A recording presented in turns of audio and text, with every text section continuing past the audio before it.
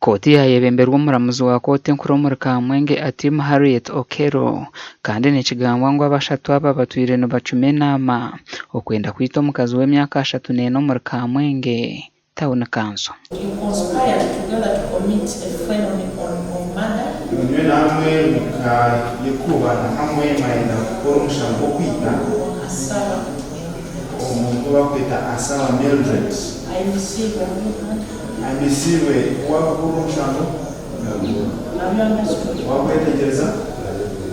Omuramuzi Atim Harriet Okello yabashomera emishango kandi ahikaho Rashid weyikiriza omushango abandi babiri bagyehakana nikwe purida wabo kubashabira okwemererwa kwonka kooti yayanga.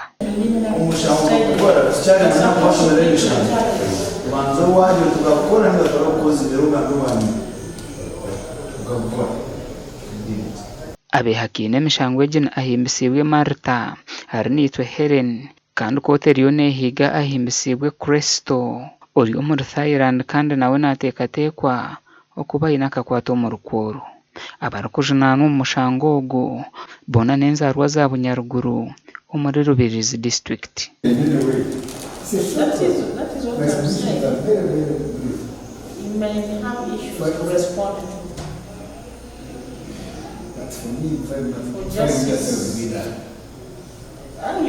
is okay, I can give you the audience, but I will still give him as he has intimated to court. So that's what I wanted us to agree.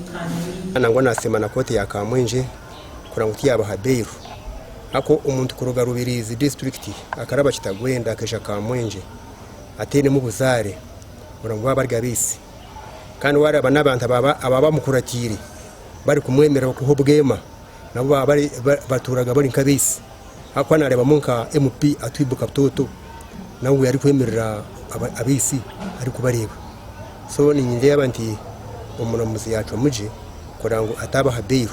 Ababiri aba bagaruka basindikwa hari rumanda okusenya enchakare Gashakwa Anthony Twine.